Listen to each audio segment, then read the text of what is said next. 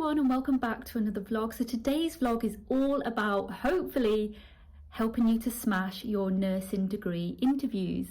And trust me, I get it. I am the worst person at interviews. I can give all the advice, I know all the things that I should be doing, but when I'm sat in that chair, probably just like you're gonna be feeling, I go to mush, my mind goes blank, I don't know what I'm saying.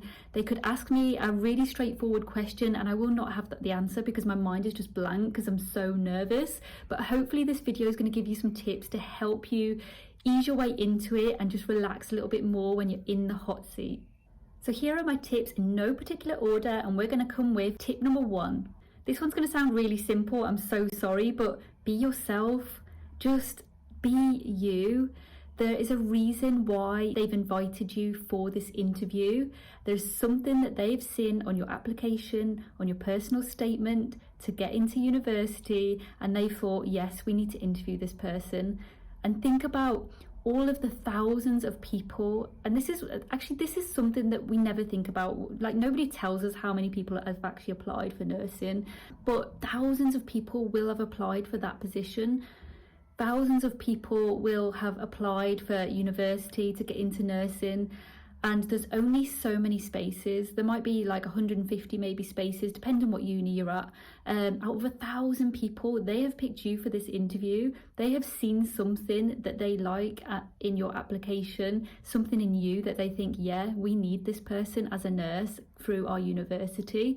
So take a minute to be proud and think, actually, yeah, I've got this. Tip 2, sell yourself. Sell, sell, sell. I say this 1,000 times, no matter if you're going for a job, university, anywhere you're going, you're applying to, sell yourself, because genuinely sometimes it is just down to someone selling themselves, whether they get a place or not. Please don't make that a factor of why you don't get a place. And the reason why I say this is because that was me. Too many times before, I was denied places because I just didn't sell myself enough. I didn't have the confidence. I didn't sit there and say, do you know what? Yeah, I do deserve this. I do have all of these skills that I can bring to nursing. I didn't do that because I felt awful. I felt really uncomfortable, and I still feel uncomfortable now, but I do it because I know I have to. If I don't sell myself, if they don't see what an amazing nurse I am or can be, then they're just going to give it to someone else where they've got something more about them. They are going to sell themselves. They're going to show why they should be employed or why they should have the space at university. But absolutely, that was me. And I'm not lying when I say this. Back in 2015, I want to say, possibly 16, I applied for university. I didn't get into university to begin with. I applied, I didn't get in, and I rang for feedback, which is my next tip. Spoiler alert. I rang for feedback, and every single one of them said you just didn't sell yourself enough. And there was another one as well. So I went for a secondment type of thing. So it was a fully funded nursing degree. I got paid. It was like an apprenticeship type of thing back then. I'm not sure if they do that type of thing anymore, but they do have the apprenticeships and stuff like that. Anyway, I really wanted this, but I was so nervous in my interview. I didn't sell myself enough, and that's all they said. That was my feedback. Again, they said to me, you just didn't sell yourself enough, and the next person after you just sold themselves so well that we just had to give them that extra point, because everyone's got the same qualifications, everyone's got the same skills, everyone's got the same, you know, ideas about nursing. They know their stuff about nursing, they've done their research. So it all comes down to that one thing. What makes you stand out from someone else? Why should you have it over the next person? Because if someone's got the same skill sets and same passions and everything like that, how else are they going to choose? It has to come down to something, because they can't unfortunately take on everybody. They have to narrow it down to so many people, because there's only so many spaces within nursing. So that's why this bit is really important, and it's there. And another time was I don't know whether to say this, I was torn between doing paramedic and nursing. I know, but it all come down to money. I'm not going to lie, it come down to money. It was going to cost me a lot as a student nurse, whereas my paramedic stuff, I was going to get funded, I was going to be doing something I love, it was exciting. And again, I didn't get in. I applied twice and I didn't get in both times. And every single time it was, you're not confident enough. you didn't sell yourself enough. And I remember coming out that interview and I sat in the car and I just cried, because this was like the 4th or 5th time that someone had said these words to me, that I wasn't confident enough, I wasn't selling myself enough, and I just broke down because I didn't know how to fix it. Sorry, a little bit off track, but I just want to show you the massive importance of you selling yourself. And you don't have to be arrogant or big-headed, but just make sure that you're telling them that how good you are, all of the transferable skills that you've got, all the really great qualities that you have. And a little tip alongside this is ask your family, ask your friends, put it out there on social media, say, okay, what qualities do you think I have that make a great nurse? And use them, build them up to adapt in your interview. That's a really good way to do it, because sometimes the way other people see you is completely different to the way that you see yourself, and that's a really good thing sometimes. So use that to the best of your ability. Tip number 3. Do some research around the university that you're having your interview at, because one of the questions they might ask is, what is it about this particular university that made you want to apply? So just think of something that you can really sell it again in your interview, and something that's going to stand out. Like, pick something really random that you found on the website, something that's going to make them think, oh, okay. And yeah, just make sure you know the university, make sure you know what the course entails, make sure you know what you're getting yourself into, the pressures of nursing as well. Those sort of things will absolutely pop up in your interview, so do a little bit of research and yeah, have something prepared. Tip number 4. So make sure when you're answering a question, give an example so you show that you fully understand what they're asking of you. So for example, if they ask you something like, how do you handle a complaint with a patient, or how do you handle an aggressive patient? What steps would you do? So then you're going to reel off your list, like, oh, take them to one side, stay calm, remain composed and professional. All these little things are good buzzwords to use, but they want to know, okay, give us an example of when you've dealt with that. So if you can find anything that you've done before, doesn't matter what role you're in before, you might have had to deal with aggressive, angry patients, angry customers. You might have had some conflict between colleagues that you've helped deal with. Use that and bring that in as an example and how you handled the situation and what you did. That looks far, far better, and that's exactly what they want. They want that extra information to show that you fully understand and to show what you would do in that situation in future, instead of just reeling off a list that they want to hear. If that makes sense, it's just going to look way better for you. Tip number 5, that last question they always ask, do you have any questions for us? Please think of something to ask them. And there's loads and loads of stuff. To be honest, I'm not going to lie, I had a Google of this question and I found some really, really good answers as well. So some of the things that I was finding was, okay, so what do you love about your job? Like, ask them it back. What do you love about working here? What do you love about the university? How are you going to support my learning needs? Them sort of things.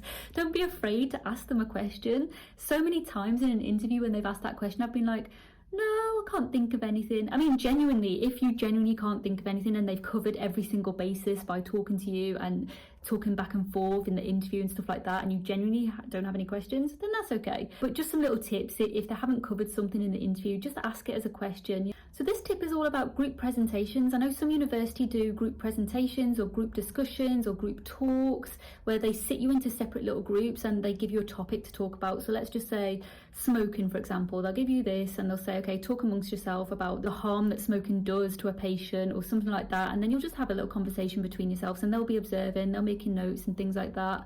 And this is just, normally it's just a situation they put you in to see your communication skills. So they're looking for your listening skills, your talking skills, how you're responding and how you're respecting each other. You know, you're not going in all guns blazing, I'm right, I'm doing this, I'm doing that.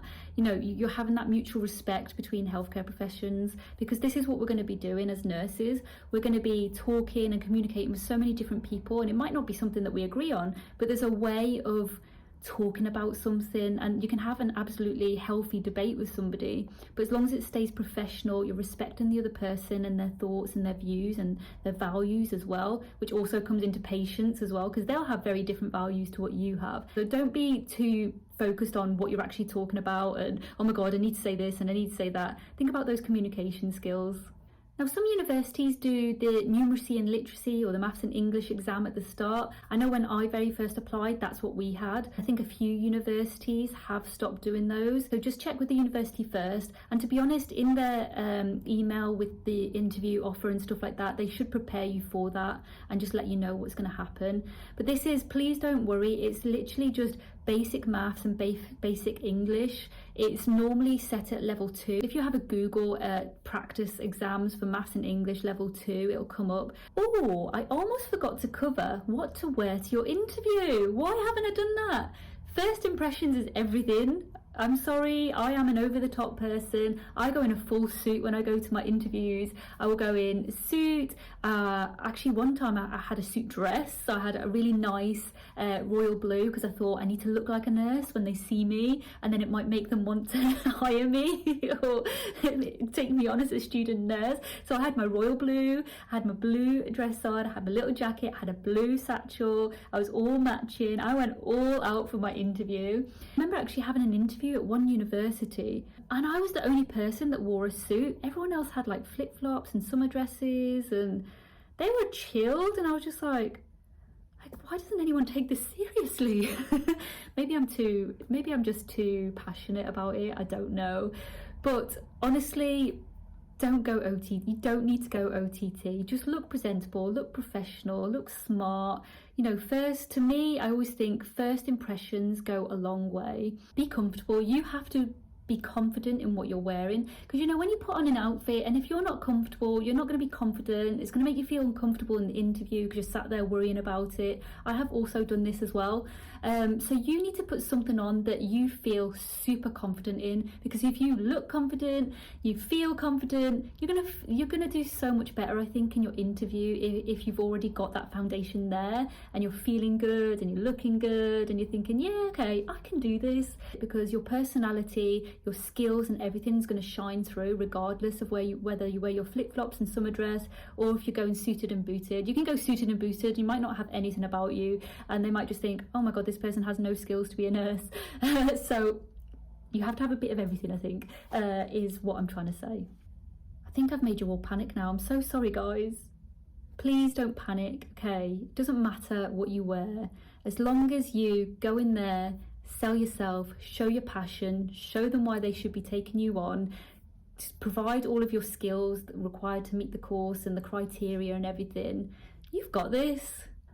And I just wanted to end on one final bit about the type of questions you might get at university, because this is something that I see everywhere, like what am I going to be asked? And I think it's the fear of the unknown.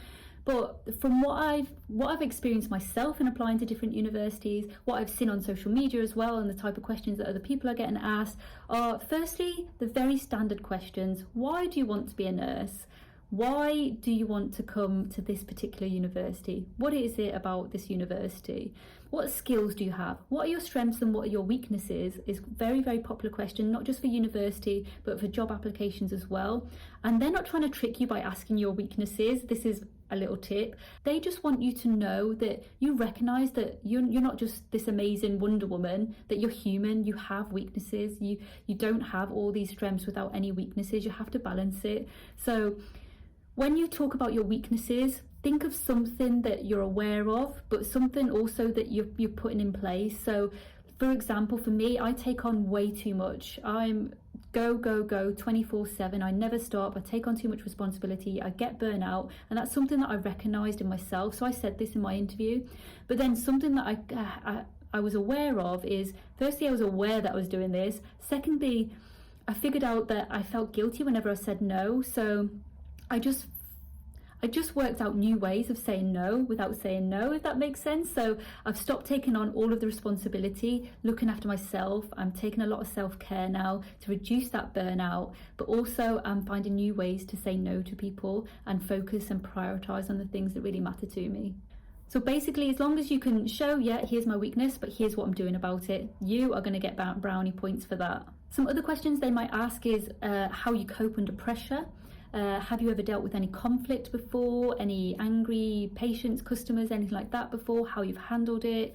They'll go through some scenarios. There's always scenarios thrown in there wherever you're going, whether it's university or jobs. Again, there will always be some scenario-based questions to answer because they want to see how you would respond to different situations. So again, things like if you had an aggressive family member come up to you, how would you handle the situation? If someone was refusing to take their medications every single day, how would you handle the situation? If someone had different communication needs, how would you handle the situation? What other communication needs are there available that you could use? Some nicer questions they might ask are things like, what are you proud of? What is your biggest achievement to date? Those sort of little questions. I really like those questions because I like thinking about achievements, because that's what keeps me personally motivated. I think about how far I've come, how I've overcome stuff, and think, actually, do you know what? I can do this. So I like those type of questions.